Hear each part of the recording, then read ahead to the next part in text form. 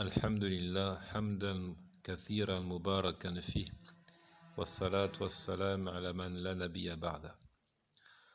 Louange à Allah, nous le louons, nous implorons son pardon, son secours, nous lui demandons de nous guider sur sa voie droite, de nous raffermir sur sa religion, que la prière, la bénédiction d'Allah soit sur le prophète Mohammed ainsi que sur sa famille et l'ensemble de ses compagnons.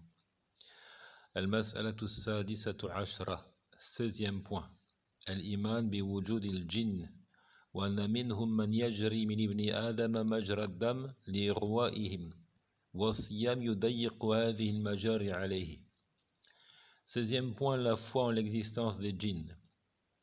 Certains d'entre eux circulent dans le corps des hommes comme coule le sang, et ce, afin de les tromper, afin de les fourvoyer.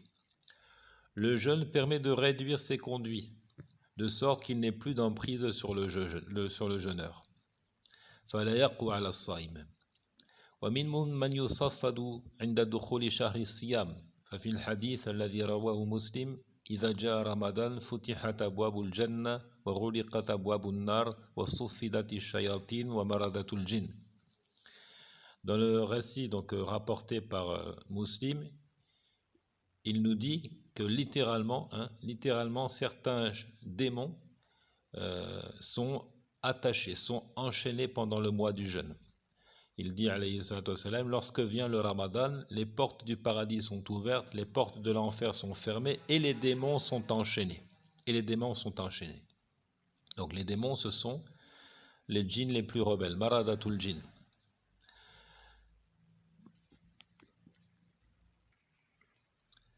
فالصوم من حصون المسلم التي تحميه بعد الله عز وجل من كيد فساق الجن. Donc le jeûne est une citadelle pour le musulman qui le protège avec la volonté d'Allah contre la manigance des djinns les plus dépravés.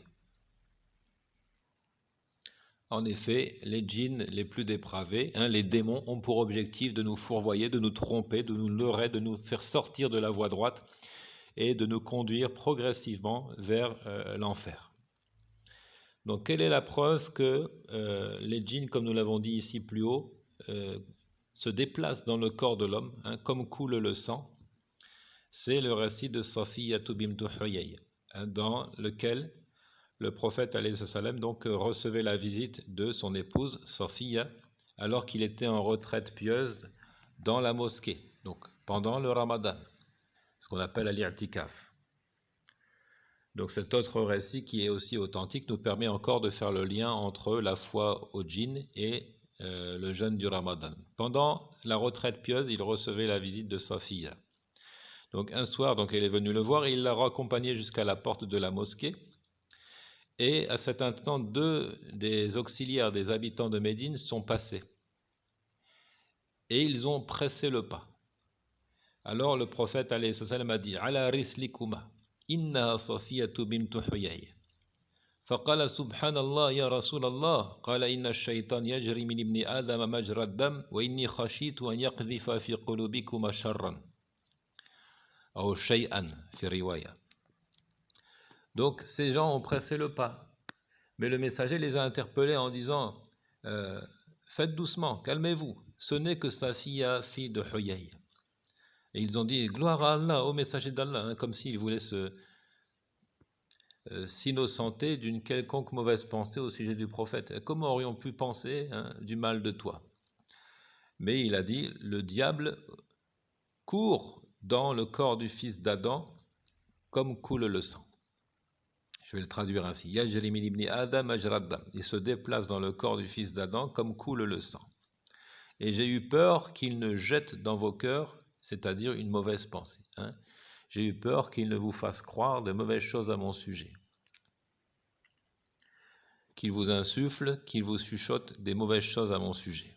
Puisque la scène ici s'est produite dans la pénombre, on aperçoit le prophète en compagnie d'une femme. Certes, les croyants ont de bonnes pensées de leur prophète, mais le diable est au travail. Il aurait pu laisser penser à ses compagnons de mauvaises choses, de mauvaises pensées au sujet du prophète alayhi salatu wassalam. Donc on a coupé court par cette intervention-là. Donc c'est la preuve que le diable se déplace aussi dans le corps de l'être humain. Il chuchote à son oreille, mais il peut aussi entrer dans son corps. نقل ابن تيمية إجماع الأئمة على أن الجن يدخل في الإنس ويتكلم على لسانه ذكر ذلك في كتابه إيضاح الدلالة على عموم الرسالة. D'ailleurs, Ibn Taymiyyah a mentionné le consensus des guides de la communauté sur le fait que le djinn puisse entrer dans le corps de l'être humain et même parler sur sa langue. Il a dit cela dans son ouvrage Idahu Dilala ala Umum al-Risala. Ce qui vient donc confirmer l'idée qui a été déduite du récit précité, donc rapporté par les deux imams al-Bukhari et Muslim de Anas. Donc il y a énormément à dire au sujet des djinns et c'est un sujet qui passionne généralement. Mais la seule chose que je voudrais souligner ici, c'est le point suivant. C'est que les djinns ne connaissent pas al-ghaib, l'incognoscible, l'invisible, l'inconnaissable. Certes, ils connaissent des choses que les êtres humains ne savent pas, pour la simple et bonne raison qu'ils n'ont pas la même nature que les hommes, et qu'ils peuvent espionner et voir ce que nous ne voyons pas, en montant au ciel par exemple pour écouter les malaïkas, ou encore en espionnant les êtres humains qui ne les aperçoivent pas. Allah Azza wa Jal dit à ce sujet Innahu yarakum huwa wa qabiluhu min haythu la tarawnahum. Il dit à propos de Iblis, il vous voit lui et ses suppôts de là où vous ne les voyez pas. Mais n'empêche qu'ils ne connaissent toujours pas le ghaib, l'invisible qu'Allah s'est réservé. Donc seul Allah Azza wa Jal connaît l'invisible. قُلْ لَا يَعْلَمُ مَنْ فِي السَّمَاوَاتِ وَالْأَرْضِ الْغَيْبَ إِلَّا اللَّهُ. Dit, nul de ceux qui sont dans les cieux et la terre ne connaissent l'invisible, à l'exception d'Allah. Allah Azza wa Jal a détaillé les choses qu'il connaît de manière exclusive lorsqu'il dit, dans le dernier verset de la sourate Luqman, Inna Allah indahu ilmu as-sa'a wa yunazzilu al-ghayth wa ya'lamu ma fi al-arham wa ma tadri nafsun madha taksibu ghadan wa ma tadri nafsun bi ayyi ardin tamut. Inna Allah alimun khabir. La connaissance de l'heure est auprès d'Allah. C'est lui qui fait descendre la pluie salvatrice. Il sait ce qu'il y a dans les matrices et personne ne sait ce qu'il s'acquérera demain et personne ne sait dans quelle terre il mourra. Certes, Allah est omniscient et parfaitement connaisseur.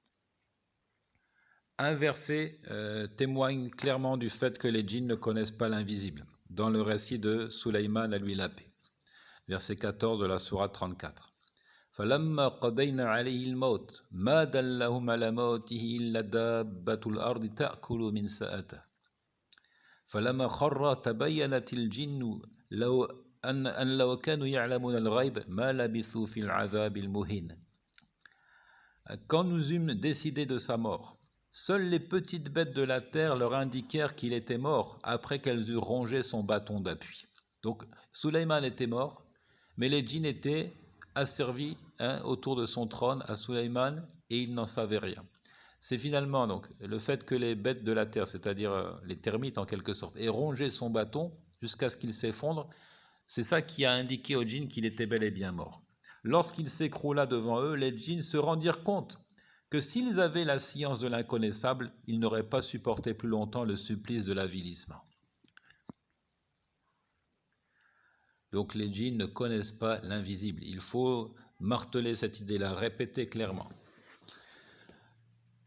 Parce que si des hommes finissent par vouer un culte aux djinns à travers la sorcellerie et autres, c'est parce qu'ils ont espoir en ces djinns. Ils leur accordent une place qui n'est pas la leur. Ils pensent qu'ils sont capables de choses dont ils ne sont pas capables en réalité. Ils les prennent pour divinités en dehors d'Allah alors que seul Allah mérite l'adoration. Au lieu de chercher à entrer en contact avec les djinns, notamment les plus rebelles d'entre eux, nous devons au contraire nous préserver contre leur mal, chercher la protection d'Allah contre eux.